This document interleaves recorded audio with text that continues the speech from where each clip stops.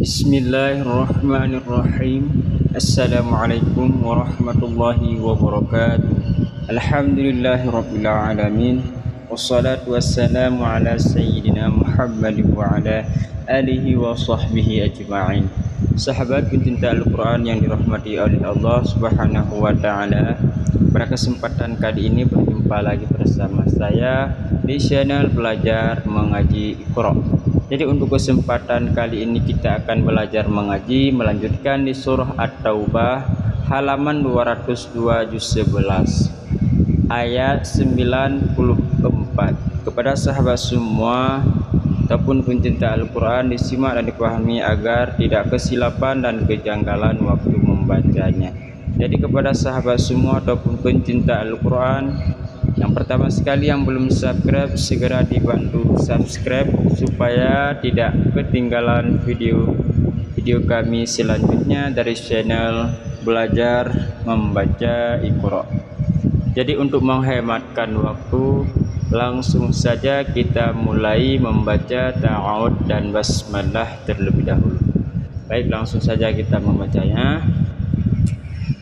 Dan semoga apa yang kita baca menjadi amal dan tambahan, dan kita semua dimudahkan untuk bisa belajar mengaji dengan cara lancar dan fasih ya. Baik, langsung saja kita membacanya. A'udzu billahi minasy syaithanir rajim. Bismillahirrahmanirrahim. Ya'tadiruna ilaikum idza raja'tum ilaihim qul la ta'tadiru lan nu'mina lakum qad nabba'ana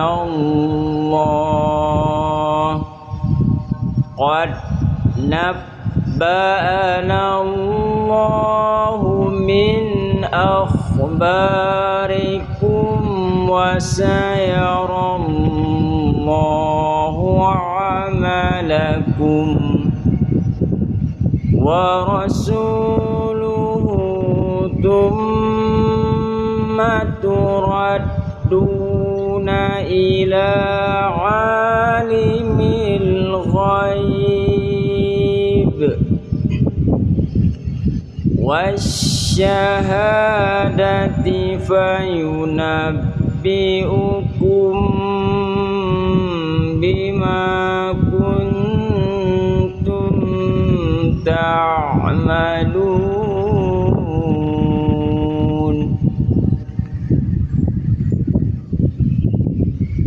Sayahlifuna billahi lakum idza qalabtum ilaihim litu'ridu anhum fa'aridu anhum innahum rijsun wa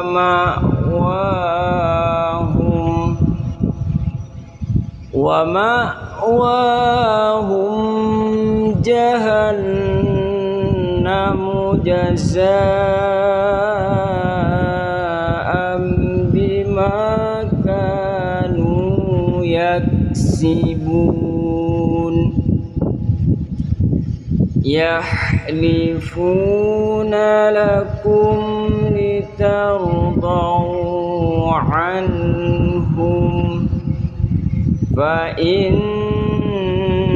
tardau anhum fa inna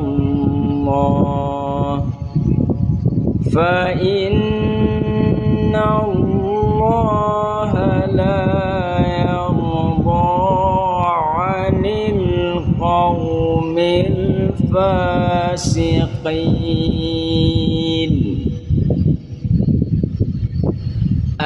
الأعراب أشد كفرا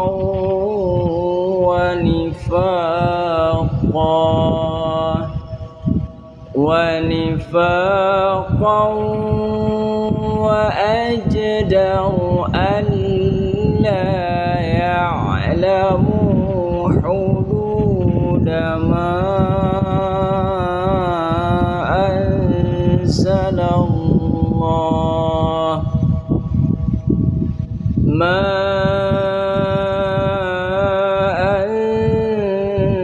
أنزل الله على رسوله والله عليم حكيم. ومن الأعراب من يتخذ ما ينفق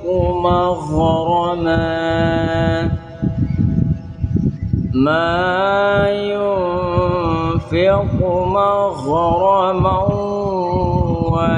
ويتربص بكم الدوائر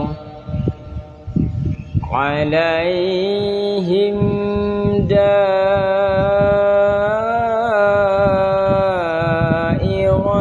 السوء والله سميع عليم. ومن الأعراب من يؤمن بالله واليوم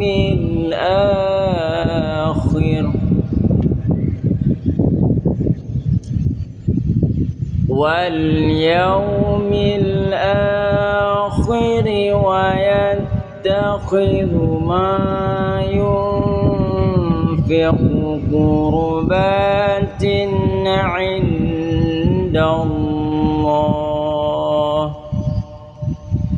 عند الله وصلوات الرسول ألا إنها قربة لهم سيدخلهم الله في رحمته إن الله غفور رحيم. صدق الله العظيم.